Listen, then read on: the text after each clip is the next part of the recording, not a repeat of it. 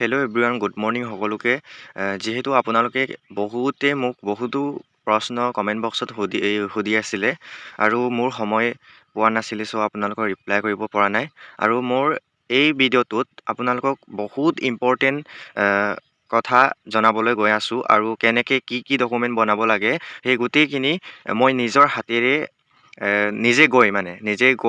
নিজে বনাই আনি আপোনালোকক এই 2026ৰ চাৰ্টিফিকেটবোৰ আপোনালোকক দেখুৱাবলৈ গৈ আছোঁ আৰু আপোনালোকৰ কাৰণে বহুত ভাল খবৰ এইটো হয় আৰু আগৰ মানে ফৰ্মেটটো আৰু আজিৰ এই ফৰ্মেটটোৰ ডিফাৰেঞ্চ কি হ'ব আপোনালোকৰ ইয়াতে গম পাব।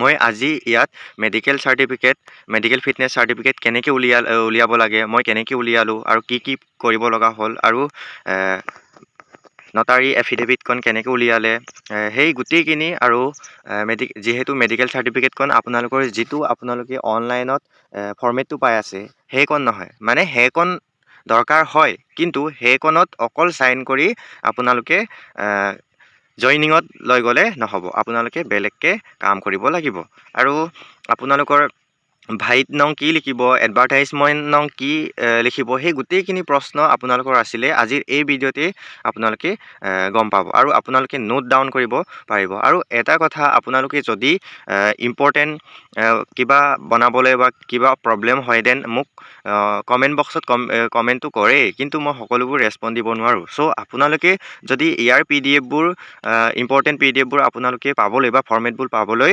মই এটা হোৱাটছআপ লিংক অকল ডকুমেণ্টটোৰ আপোনালোকক প্ৰভাইড কৰিবৰ কাৰণে মই খুলিছোঁ।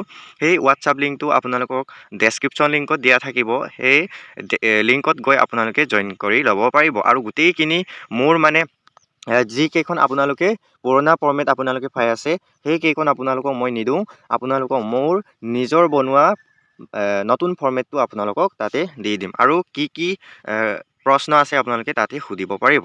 চ' আজিৰ ভিডিঅ'টো ষ্টাৰ্ট কৰোঁ আৰু লাইক কৰিব, ছাবস্ক্ৰাইব কৰিব যদি আপোনালোকে কিছুমানে নতুনকৈ আহিছে। আজি প্ৰথমতে আহোঁ মেডিকেল চাৰ্টিফিকেটখন মই কেনেকৈ বনালোঁ। এয়া হৈছে আমাৰ লখিমপুৰ ডিষ্ট্ৰিক্টত বনোৱা জইণ্ট ডিৰেক্টৰ অফ হেল্থ ছাৰ্ভিচৰ নৰ্থ লখিমপুৰত গৈ মই বনাই আনিলোঁ। এয়া হৈছে মেডিকেল চাৰ্টিফিকেট। ইয়াত এইখন আপোনালোকে পাবলৈ, এই সৰু চাৰ্টিফিকেটখন পাবলৈ মই কি কৰিলোঁ আপোনালোকে এতিয়া চাব। মই প্ৰথমতে আপোনালোকে যিটো ফৰ্মেট অনলাইনত পাই আছিলে সেইখন চাওক, মেডিকেল চাৰ্টিফিকেট ফিটনেছ। ইয়াততো এইটো এখন চাব, ইয়াত মেডিকেল ফিটনেছ চাৰ্টিফিকেট বুলি লিখা আছে। অকণমান ৰ'ব, এখন চাওক, এখন মেডিকেল ফিটনেছ চাৰ্টিফিকেট হয় ন, এখন আপোনালোকৰ সকলোৱে মানে PDFটো পাই আছে। অকল যোনে মানে এইটোৱে ফিল আপ কৰি ডাক্তৰৰ চাইন কৰি এইবিলাক লিখি চিল মৰাই সেইখনেই হ'ল চাৰ্টিফিকেট বুলি কোনোবাই যদি ভাবি আছে, সেইটো সম্পূৰ্ণ ভুল। আপোনালোকৰ আৰু কৰিবলৈ বেলেগ কাম আছে।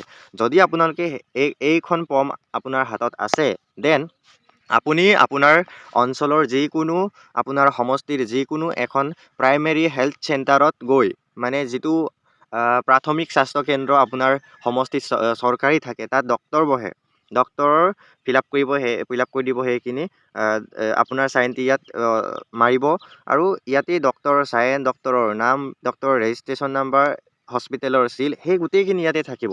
কিন্তু সেইখন কৰাৰ পাছতে যিহেতু ইয়াত মেডিকেল ফিটনেছ চাৰ্টিফিকেট বুলি লিখা আছে, কিছুমানে ভাবিব পাৰে এইখনে মেডিকেল ফিটনেছ চাৰ্টিফিকেট হয়, কিন্তু সেইখন আপোনালোকে সেইখিনি কৰাই লৈ ডিষ্ট্ৰিক্টৰ জইণ্ট ডিৰেক্টৰ অফ হেল্থ ছাৰ্ভিচলৈ গৈ, মানে তাত যিটো হেড আছে সেই অফিচত গৈ আপোনালোকে প্ৰত্যেকখন ডিষ্ট্ৰিক্টৰে মানে জইণ্ট ডিৰেক্টৰ JDHS মানে তেনেকৈ joint director of health service এজন থাকে, সেই অফিচত গৈ আপোনালোকে এইখিনি কৰাই আনিব লাগিব।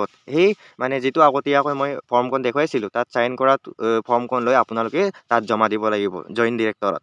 জইণ্ট ডিৰেক্টৰে সেইখন লৈ ল'ব আৰু থৈ দিব আৰু আপোনালোকক এইটো জইণ্ট ডিৰেক্টৰৰ পৰা এইখন চাৰ্টিফিকেট আপোনালোকক বনাই লিখি দি দিব।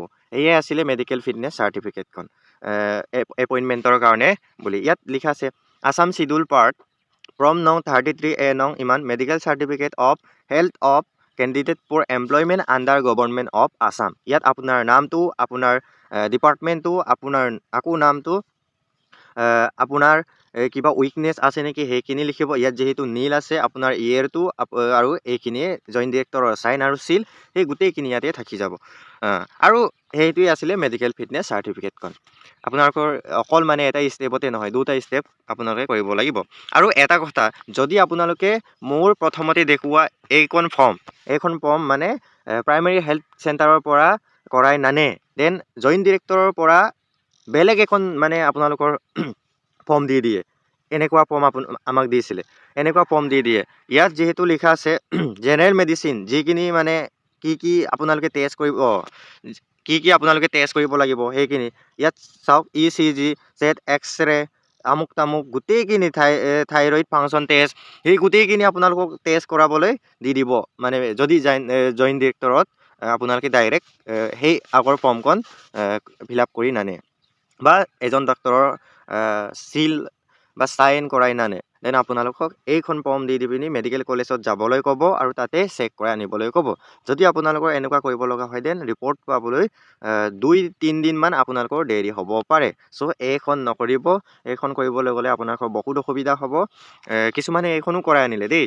আৰু চিম্পুল উপায় যদি কৰিবলৈ মন আছে, দেন লাষ্টৰ মানে এইখন ফৰ্ম আপোনালোকে কৰাই আনিব যিকোনো এজন ডাক্তৰৰ পৰা, মানে প্ৰাইমেৰী হেল্থ চেণ্টাৰৰ পৰা।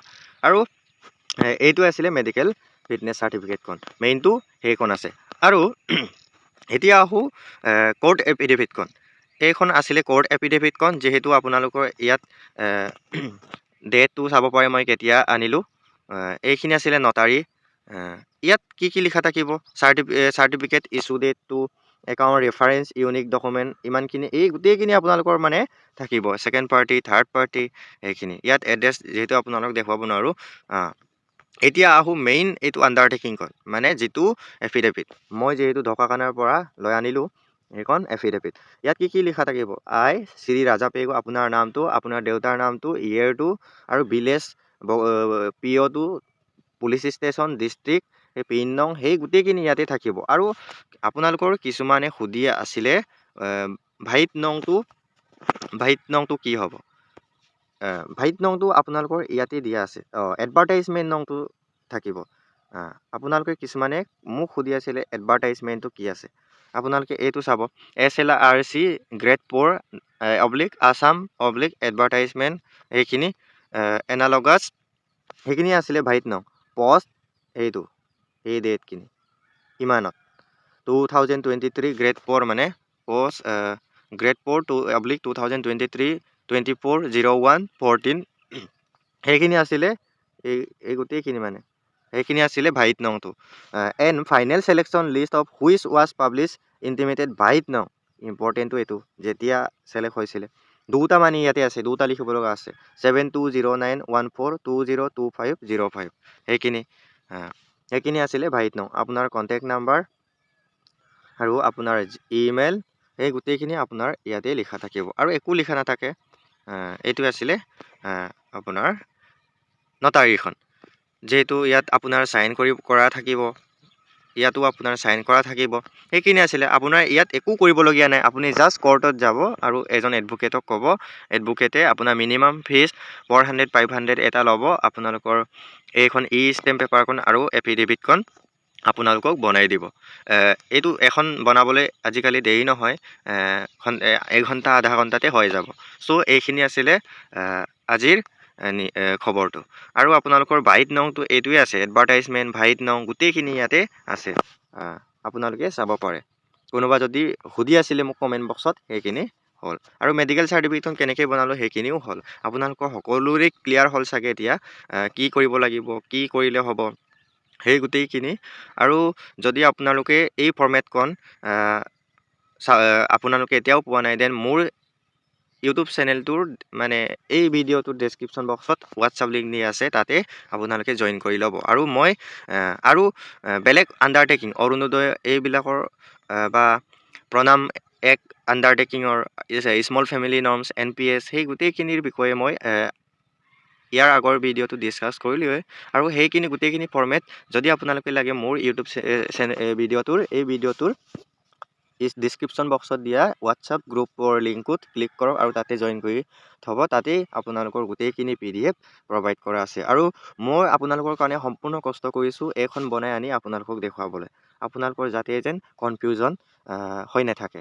চ' যদি ভিডিঅ'টো ভাল পালে লাইক কৰিব, শ্বেয়াৰ কৰিব আৰু ছাবস্ক্ৰাইব কৰি ৰাখিব প্লিজ। আৰু আপোনালোকৰ প্ৰশ্নবোৰৰ উত্তৰ এটা এটাকৈ দিবলৈ আৰু ইয়াৰ নেক্সট ভিডিঅ'ত মই আপোনালোকক চেষ্টা কৰিম জনাবলৈ। আৰু আপোনালোকে গোটেইখিনি কমেণ্ট তাতে ৰিপ্লাই পাই যাব। চ' আজিৰ ভিডিঅ'টো এইটোৱে আছিলে।